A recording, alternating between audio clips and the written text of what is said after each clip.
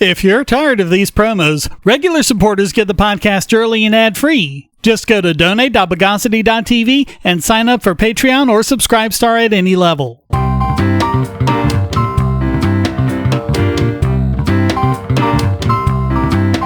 Welcome to the Bogosity podcast for the week of June 7th, 2020, the podcast that takes the church by storm.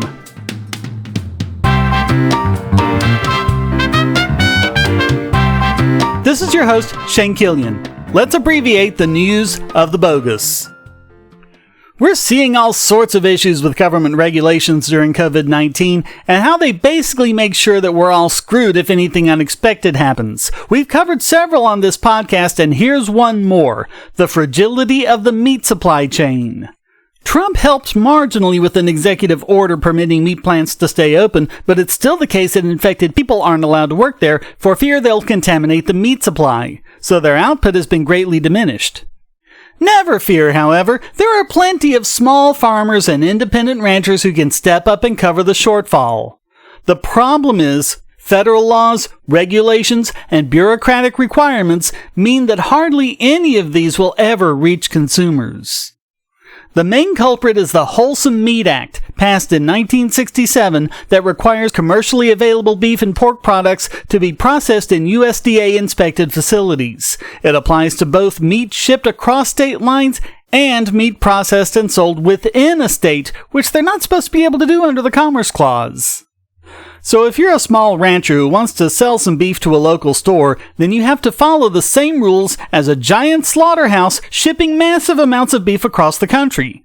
In other words, the law actually favors the big meat suppliers and inhibits the smaller ranchers, as is the case with pretty much every regulation on the books.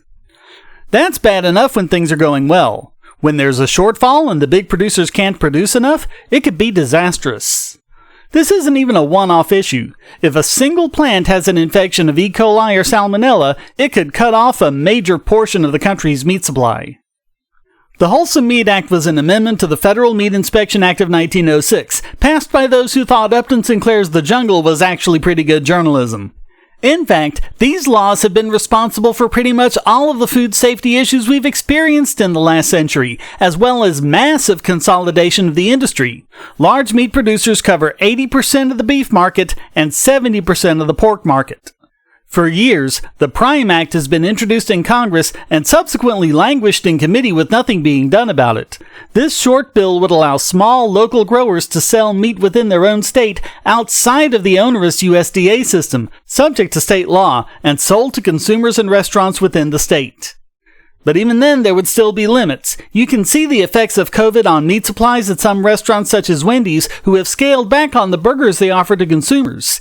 Even if the Prime Act passed, since Wendy's is a national chain that ships its meat across state lines, there's no room for the little guy there. As usual, regulation has not made us safer. All it's done is eliminate competition, raise prices, and made an inflexible market ready to collapse at the first sign of trouble. One thing that could make the difference is food irradiation if environmental wackos didn't lose their panties every time someone tried to do it. The FDA considers it to be an additive instead of a process, which is insane, and the USDA permits it only in limited situations. The free market has solutions. Government is the reason they're not in place.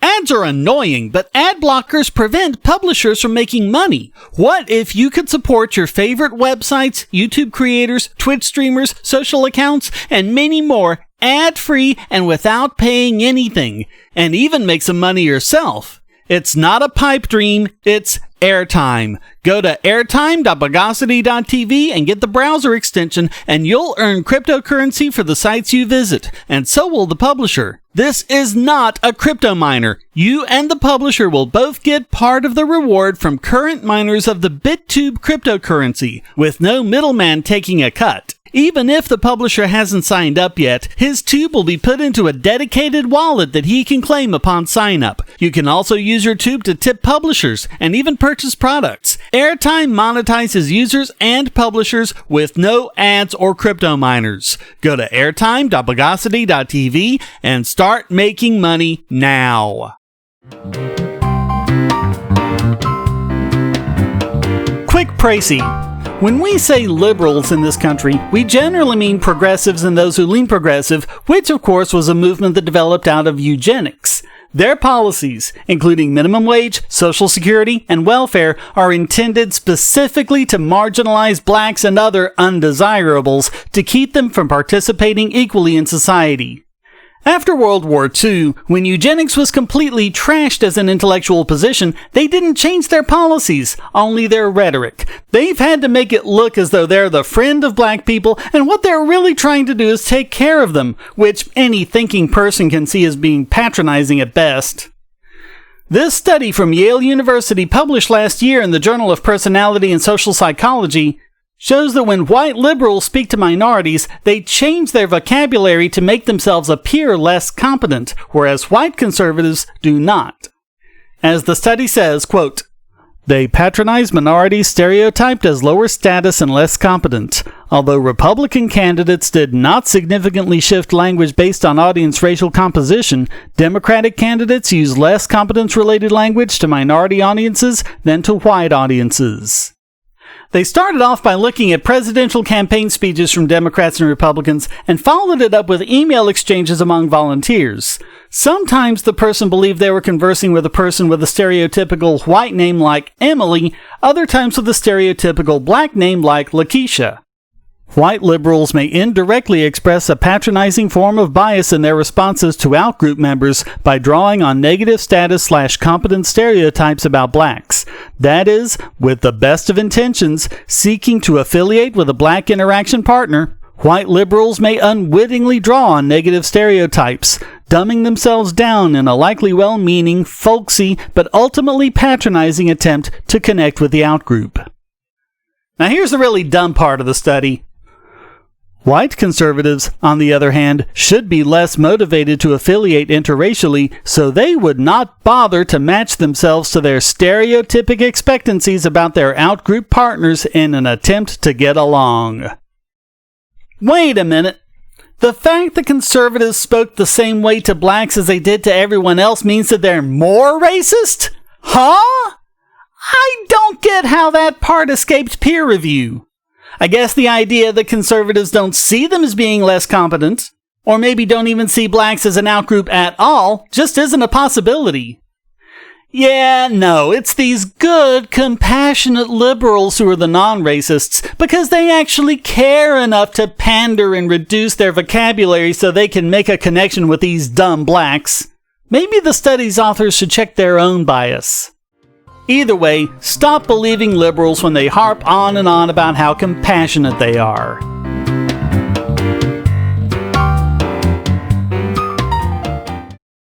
If you're on the Wi-Fi in a coffee shop or hotel, anyone on that network can get your traffic. Do you really trust all of those strangers? For that matter, do you really trust your ISP? A VPN can protect you from prying eyes, disguise your location, and even foil government censors. It's essential in this day and age, so go to vpn.bogosity.tv and you'll be taken to BoxPN. Starting at just $2.99 a month, you can get unlimited high-speed connections to VPN servers all over the world, and they don't log connections, so your privacy is assured. Traveling abroad, just VPN home, and don't worry about what those other governments are doing. Back at home, stop your ISP from traffic shaping and messing with the quality internet access you're paying good money for. You can connect from multiple machines at once, including your smartphone or tablet, and it supports all the secure standards, including OpenVPN and SSTP.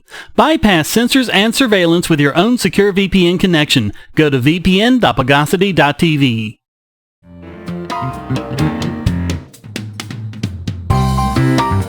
Of course, liberals are always ready to virtue signal to show how wonderful they are, and that includes piling on anyone who seems to be a Trump supporter, even though they apparently have the research skills of a dyslexic desert mole.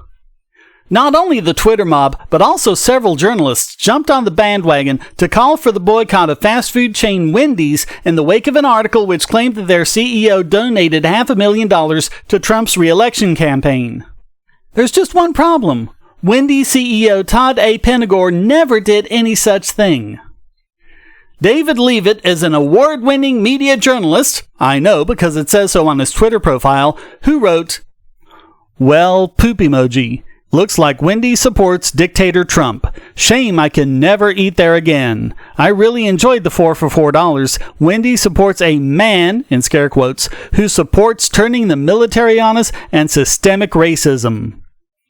For another example, Tyrone Finesse tweeted, Wendy's is supporting Trump? I'm not buying a nugget, Frosty, nothing. F Wendy's. It was also reported completely credulously by news outlets such as Business Insider and blogs such as Truthout. Some even went so far as to urge protesters to loot and vandalize Wendy's restaurants. The actual donor was James Bodenstedt, CEO of Mwiko, a company that owns some Wendy's franchises as well as those of other chains. But liberals have never given any real indication that they know how this business stuff works. Also, the campaign donation, as is typical of such things, wasn't so much about Trump being a great guy as it was about having an advisory role in reopening the country. Your basic cronyism that happens no matter which party is in power. What exactly they want Wendy's to do about it is unclear, but if nothing else, it should make you leery of the donor lists the left keep insisting that we need. They apparently want a hit list of people they can bully, intimidate, and even vandalize just for supporting the wrong politician. We live in a world where light bulbs connect to the internet, and recent attacks on them prove that your online security is under threat like never before. Not only your websites, but the internet-enabled devices you buy. And the biggest problem is weak passwords. That's why you need LastPass. LastPass allows you to randomly generate strong, unique passwords on the web and on your internet-enabled devices, all protected by one master password. LastPass sets up in minutes and gives you secure automatic logins throughout the web, synchronizing across all your browsers, all your computers, and even your mobile devices, at home, at work, or on the road.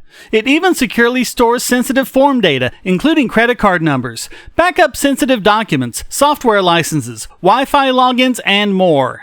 And with LastPass Premium, you can get these benefits on other applications, manage passwords for your entire family, and also get priority customer support. Sign up at password.bogosity.tv for a free month of LastPass Premium.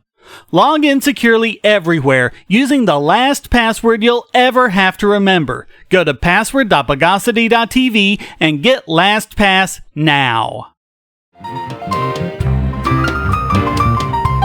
And now it's time to foretaste this week's biggest Bogon emitter.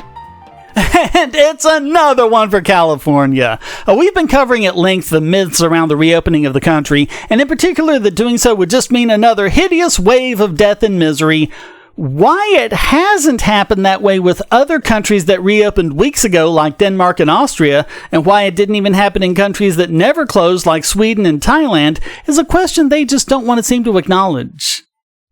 So California, in anticipation of additional COVID cases, increased their health response to new cases, which probably makes sense, but they also ordered hospitals to shut down other procedures, which makes no sense.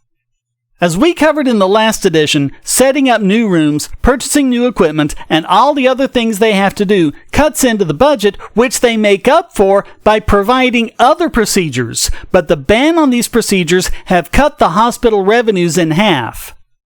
As a result, several hospitals in California have been driven close to bankruptcy, with losses around $14 billion and thousands of healthcare workers laid off. All for a surge of coronavirus cases that never even happened. Okay, you don't want to underprepare, I get that, but you still need to have a lick of sense in your head. I mean, this has affected poor and disabled patients, Medicare patients, and all sorts of others, not to mention the hospital workers who are now out of a job. The effect we talked about last time, California has taken it to ridiculous proportions, choosing not to listen to the dozens, if not hundreds of experts who keep saying not to shut down other services. They chose instead to listen to fearmongers in the news media who were not only predicting a second wave, but predicting that it would be worse than the first one somehow. And they're still predicting that it'll happen. And, maybe it will, although it'll probably be more of a creep than a wave, but not to the extent that they'll need to send hospitals into bankruptcy and drive healthcare workers to the unemployment line. SARS-CoV-2 is going to be around for a while, at least until we get a vaccine. But as we said over and over again, the more healthy people build up in immunity, the better it will be for everyone. So all of that makes the state of California this week's biggest Bogon emitter.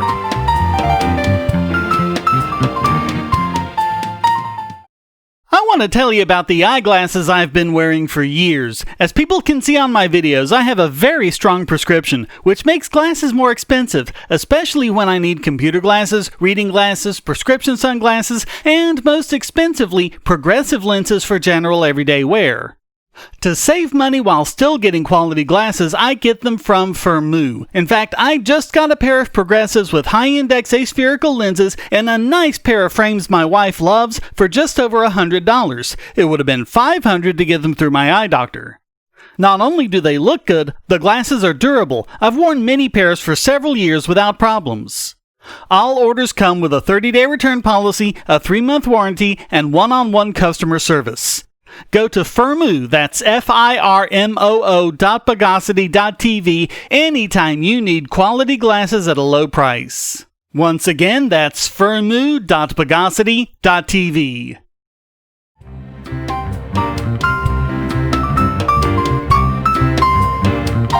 And now let's hyperconvolve this week's Idiot Extraordinaire.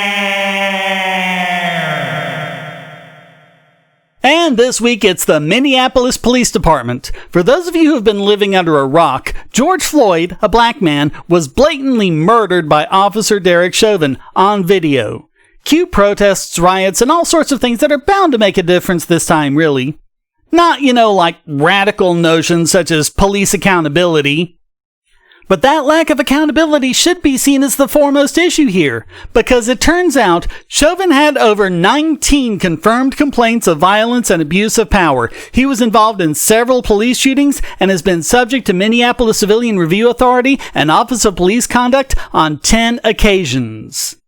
Another officer featuring prominently in the video, mostly trying to protect Chauvin's identity from the cameras, was Officer Tu Thao, who settled an excessive force lawsuit in 2017 for $25,000. It was pretty horrific. The event, which was caught on video, shows Thao punching, kicking, and kneeing a man he had no probable cause to suspect of anything, while the man was handcuffed. Attorney Seth Leventhal said, "Seeing that horrific video begs the question, what did the police do internally in response to the 2017 incident? What happened back in 2017 was a pretty serious incident that made no headlines at all." Thao took the man directly to jail from hospital in his underwear and destroyed the hospital discharge papers. And what did they do? Nothing. There is no record of any disciplinary action against either of them. And the Minneapolis PD isn't responding to press requests for Chauvin's full service record. Now, maybe the MPD couldn't just fire Derek Chauvin. Police unions, like so many other government sector unions, are infamous for putting in labor laws that make it next to impossible to fire bad cops, just like they make it impossible to fire abusive and pedophilic teachers. But it doesn't seem like they even tried. They knew they had a violent killer on their police force and did nothing. Maybe if they'd actually held Chauvin accountable, Floyd would still be alive today. But as we've seen all too clearly over the history of this podcast, this is not about protecting and serving. This is about power and authority. And that always attracts narcissists and psychopaths. So all of that makes the Minneapolis Police Department this week's Idiot Extraordinaire.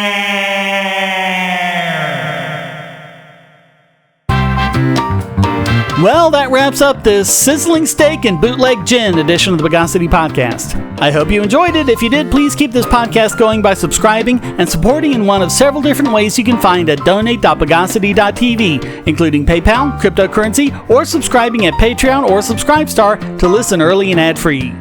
Also, please come to discord.bogosity.tv where you can join the discussion and post a question, statement, news article, or rant. Thank you for listening. Until next time, here's a quote from Radley Balko. Law enforcement interests may occasionally come up short on budgetary issues, but legislatures rarely, if ever, pass new laws to hold police more accountable, to restrict their powers, or to make them more transparent. The Bogosity podcast is licensed under Creative Commons Attribution, Non-Commercial, No Derivatives 4.0 International License.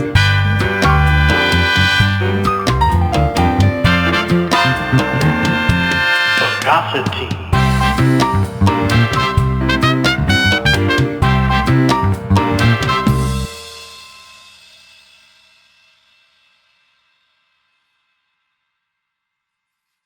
Ads are annoying, but ad blockers prevent publishers from making money. What if you could support your favorite websites, YouTube creators, Twitch streamers, social accounts, and many more ad-free and without paying anything, and even make some money yourself? It's not a pipe dream, it's airtime. Go to airtime.bogosity.tv and get the browser extension, and you'll earn cryptocurrency for the sites you visit, and so will the publisher. This is not a crypto miner. You and the publisher will both get part of the reward from current miners of the BitTube cryptocurrency, with no middleman taking a cut. Even if the publisher hasn't signed up yet, his tube will be put into a dedicated wallet that he can claim upon sign up. You can also use your tube to tip publishers and even purchase products. Airtime monetizes users and publishers with no ads or crypto miners. Go to airtime.bogosity.tv and start making money now.